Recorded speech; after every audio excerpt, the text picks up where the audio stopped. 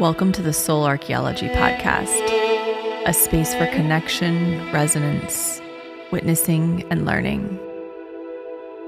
Together we'll harvest medicine from the spiral of life, sharing conversations with other embodied humans who have navigated their own initiations and found alignment with their true soul essence.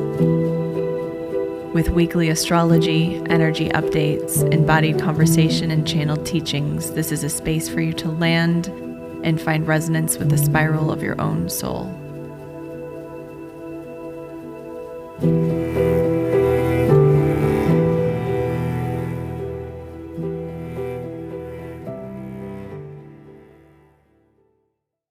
Hello, welcome back to Soul Archaeology. How are we all integrating last week? It was such a big one with the solstice and the full moon in Capricorn. It was such a huge wave of light followed by a heat wave, at least here in LA and the surrounding area. I think pretty much across the US, people are experiencing heat waves. There's so much excess light pouring through, which means you might be experiencing a little overwhelm or maybe the perfect amount of insight and downloads, maybe exactly what you need and what you've been seeking. But regardless, it's an activating time. It's an illuminating time. So much of the last episode we talked about Capricorn and the father and Saturn and how it's important to create a deeper relationship with our inner masculine, our inner father, and how that relationship can be repaired internally and how that can transform our relationship with the masculine on the physical plane, externally. And we'll be continuing this process as we enter into Saturn's 5-month-long retrograde season that begins on June 29th. It begins this week. And I know I mentioned in the last episode, but the month of July, even, the end of June, like we're navigating the end of June right now, really all of Cancer season is a journey of maturation. It's an audit of where we need more of our adult self to be online, to reparent the parts that are fragmented or stuck in the past, the ways in which we are abandoning self through patterns and behaviors or beliefs that aren't serving us any longer. It's auditing what past programs, fragments are influencing our present experience. You might feel an injection of pressure to sober or to kick it into gear. A retrograde is a period of revisiting. It's when a planet appears from Earth to move backwards. And so the energy that's felt is that of the past. It's going back over our path. What did we miss? Or what's being revealed more clearly? Retrogrades are opportunities to see more clearly where we've been and how we can redo or rework certain experiences if we didn't quite get it the first time around, or if it wasn't quite time. This is an opportunity over the next 5 months. And it's so interesting being in the Northern Hemisphere and having Saturn in its retrograde period in the summer. It slows things down a little bit, and it really asks for us to sober up a little bit, especially with Saturn in Pisces. Saturn has been in Pisces since March of 2023, last year. And so we have a year of Saturn in Pisces under our belt. We're starting to get it. We're starting to see its deep medicine working. And Saturn in Pisces is in its highest expression, in its medicine, asking for us to crystallize or truly manifest or materialize our dreams. I keep using the word sobering, but it is, Saturn in Pisces is sobering in its highest expression, in its lowest expression, its shadow. It can be drunk. It can be confused. We can lose touch with reality to a certain degree. We can lose touch with the physical plane, with structures and systems that actually support us. And that's what we're reviewing, is what is supportive in our lives. I think we can sometimes, if we're way in our feminine, can have a rebelliousness against authority or against structure, routines, things that are more masculine in nature. If we're rebelling against the patriarchy in some ways, that could mean that we're also rebelling against our inner masculine. And we don't want to do that. We want to utilize the power of our inner masculine. We want to find that union, that space where we feel supported by it. We've been in the age of Pisces for over 2,000 years. We've been in this place of sort of building a world that's rooted in illusion to some degree. And we're sobering up. We are waking up after a long night of drinking and realizing that what we've built actually might not support where we're headed. And so the age of Aquarius, having Pluto in Aquarius, it's very electric. It's turning things on. It's turning the lights on. And it's helping us reimagine what's been created in a new way, how we can rebirth the world while the old one is dissolving, which is something I talked about in the last episode.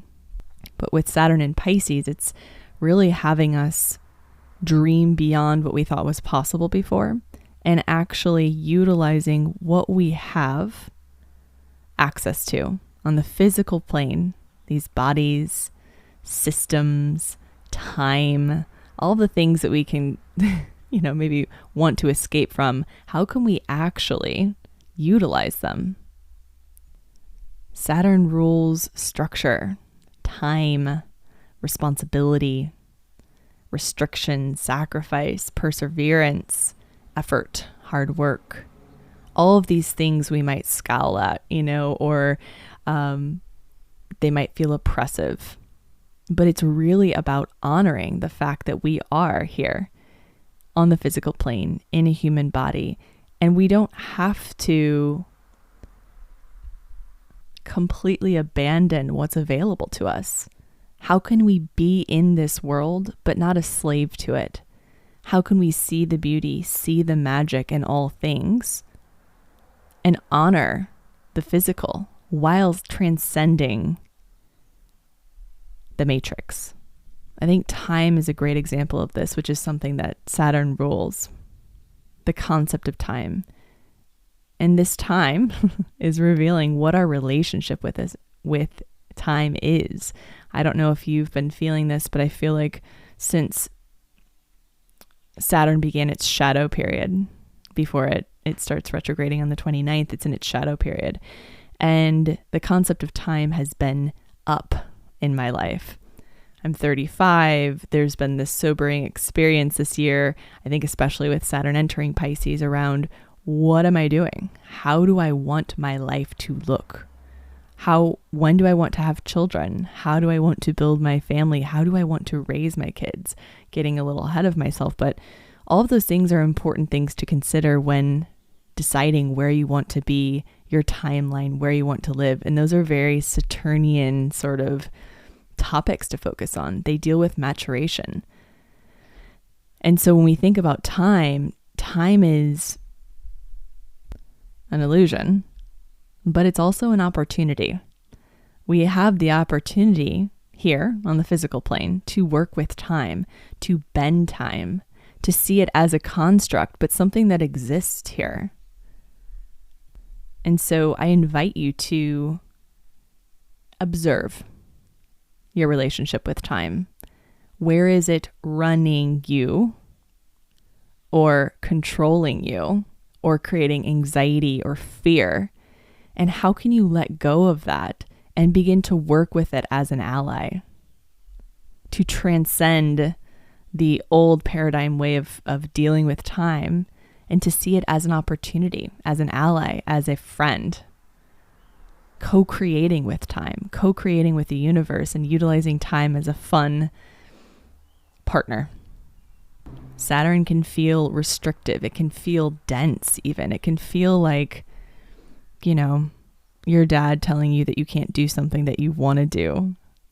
And so there's an opportunity here to work with that energy, to create a healthy relationship with that.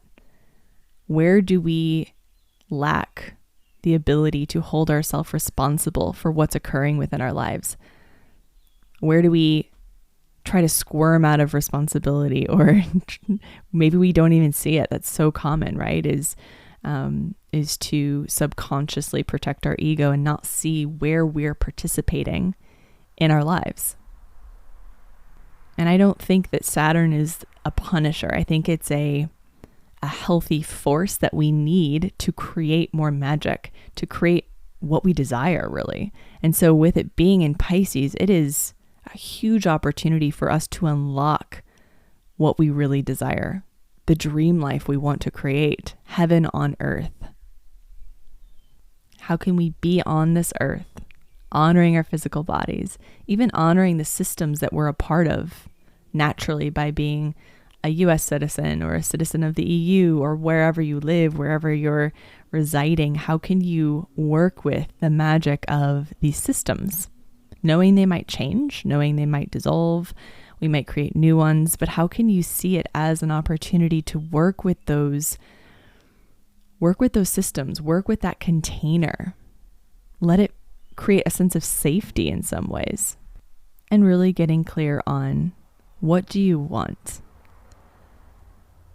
I know I talked about this in the last episode, but there's so much of this energy of sort of anticipation. Something's brewing, something's shifting. We don't know when, we don't know what it looks like. We don't even actually know where it's landing maybe in our lives, but we can feel it. And that's present for so many people that I'm speaking to. That doesn't mean we're meant to just surrender and give up any sort of thoughts around it or focus on what we want and what we desire, knowing that something is transpiring. It simply means that there is a force and there's a current that's running, and we can choose to work with it, or we can choose to grip and control and to fear what's being dissolved. And that's so much of what Saturn and Pisces is doing it's almost like, when I used to party in my 20s and, this is so embarrassing, but like being at the bar at 2 a.m. when the lights turn on and all of a sudden you see what's actually there. And it's immediately sobering, right? And that's a little bit of what this energy is like. It's like having us take a look at how we've been participating in our lives that isn't serving, and how, it's an opportunity, right? Because we can see the pathway more clearly. We can see what we need to see in order to shift or pivot or step onto a new timeline. But it takes courage. And because this time involves a healthy amount of surrender, but also a healthy amount of focus, dedication, discipline, even restriction. Saturn loves restriction, healthy restriction. So how can we get very clear on what we do want and what we don't want, and make every day choices aligned with what we want? And it doesn't have to be extremely specific. You don't have to know, that you want this one person or this one thing or this one job, this one achievement. It's more about a feeling. How do you want to feel? And how can you make choices every day in alignment with that feeling, with that sense? Maybe you want to buy land or buy a home and start, growing your own food or having a family. How can you start to make decisions in alignment with that, even if the people aren't in place, or even if the place hasn't revealed itself yet? How can you begin saving towards that? How can you begin to make decisions or take a course on investing or home buying? These are the practical opportunities here with Saturn in Pisces and with its retrograde period. This doesn't mean you can't have a super fun summer and travel and float in the water and in the ocean and, go on trips with friends, go to barbecues, all the fun things, right? That does not mean that you can't do that. And for those of you in the hot southern hemisphere, it's a much different energy. You're going more inward, right? As we're going more outward in the northern hemisphere. But it's just asking for a healthy dose of reality and of responsibility and discipline. So if you are traveling, how can you keep up with your routines, with your rituals, with your practices that keep you healthy, happy, balanced, grounded? Cancer is the self-care season. It's the season of the mother archetype. I'll go even more in depth around the new moon in Cancer, but we're officially in Cancer season, so the feminine is queen. And she is asking for more self-attunement, more self-awareness, more self-care. And that's the thing. It's really about balancing our need for the feminine and the masculine within our lives. The self-care practices that feel soft and loving and nourishing, flowing with the things that we just know we have to do each day, showing up for those things. Sometimes we can make the mistake when we're in this world, and for those of us that have lived very much more in our masculine, more in the sort of the conditioning of the patriarchy, to totally rebel against that and to go full feminine force. And while that's so beautiful and so powerful, really the goal is union. And so maybe you're feeling off balance. Maybe you're more in your feminine or more in your masculine. Maybe your work is really masculine, but your life is super feminine. Maybe vice versa. So it's just a beautiful time to sit with these energies and how they're manifesting and showing up in your life. Relationships are very up right now as well. We have, of course, Cancer season. It's about self-attunement, self-love, self-care, honoring the past, the inner child, the inner adult, the inner parents.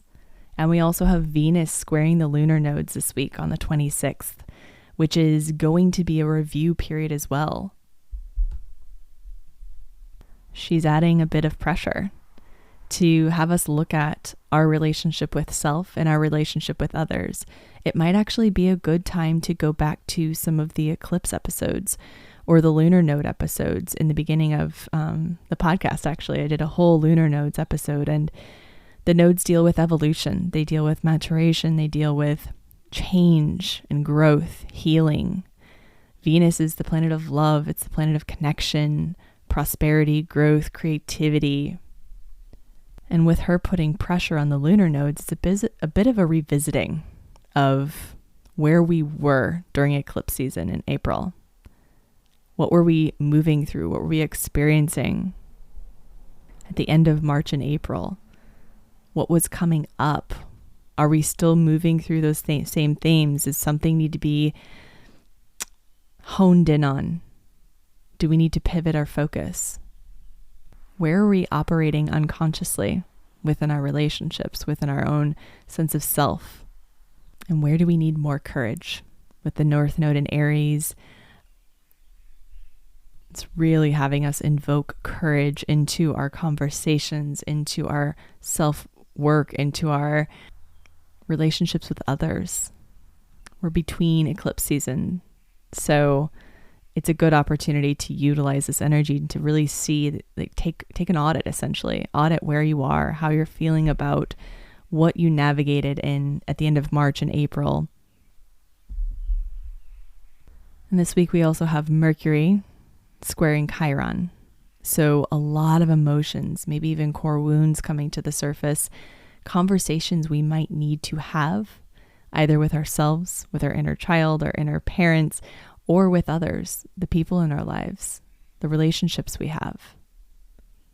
Chiron being the wounded healer, it represents our core wounds. It represents the spaces within us that need regular tending to, regular love and attunement. Mercury is the mind, it's communication. So Where are there mental programs reflecting a core wound? Those might be up this week. And really, this is such a big week of revisiting, auditing, taking a look back as we near the next new moon in Cancer on July 5th. We're completing things. We're taking a look at what really wants to be explored more deeply within ourselves, within our subconscious, within our physical bodies, what wants more love and compassion, what needs more discipline, more responsibility, more clarity, more ownership. And it's so interesting because I pulled the lava card today from the Untamed Elemental deck, and it's truly all about courage. And it says volcanoes are portals to the heart of our earth, ablaze with emotional fire. When they erupt, lava pours forth, covering the old and outdated while forging new pathways. Lava scorches everything in her path, a searing field of anger. But when she cools, she forms dynamic new landscapes that are fertilized by nutrient-rich ash. Lava guides you to locate the fiery core within yourself. This period of change and transformation requires courage.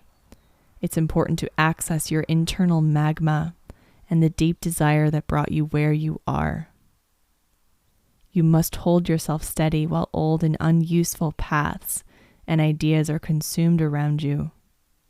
Once your molten courage cools, the past is simply a prologue, and the future transforms into a lush and fertile landscape, waiting for something new to take root and thrive. When it's balanced, you're determined and courageous. When it's imbalanced, you're averse to experiencing the intensity of life. To bring into balance, have a ceremony and ask nature for inspiration, guidance, and guardianship. I love that card and the symbolism. It's so powerful to think about, really to think about this is how the earth has been formed in so many ways. The earth as we see it now is through this process of death and rebirth, transformation, the burning and dissolving of things as new things are formed. And so soften some of the seriousness. I know Saturn can be quite rigid and serious, and it might feel pretty dense right now. I think, the world is dense and what's happening collectively is a lot. So how can you find a little levity during this time? Do something fun and playful to attune to your inner child, while also creating some structure and boundaries and things that you need to do to be healthy, to be in alignment, to feel safe. I still have my summer solstice and full moon workshop open and available for purchase. You can really do this workshop throughout Cancer season. We have another full moon in Capricorn at the end of the month, so I'll keep this open for all of you. It's a really, really powerful workshop. It was recorded on the summer solstice. There's a lot of healing and activations in this workshop. It was pretty amazing and so fun to record. There's a workshop in the beginning talking about this Capricorn energy, the solstice, how we can work with this throughout the month. And then there's a pretty deep journey. The journey has light code activations embedded in it. It's very healing. And also you can actually save it and do that journey as often as you need to. You can do it daily if you'd like. It's really powerful to work with the two polarities right now, the inner masculine and inner feminine. And so that's available. I'll add it to the show notes. It's also available on my link tree. So let me know how that was for you if you've purchased it and done it. I always love to hear feedback. And as always, I love you all. Thank you so much for being here. Thank you for your presence, your dedication, for showing up for yourself and for your life in a way that's really, really inspiring. I, of course, always love hearing from you. Let me know how this episode landed for you. Message me on Instagram or send me an email. I'd love to hear. Thank you all, of course, always for sharing, liking, subscribing, reviewing. It means the world. Sometimes when I'm having a bad day, I just go back and read those and everything makes sense again. So I appreciate all of your beautiful feedback and just for your presence. So I hope you have a beautiful week, and I'll talk to you next week.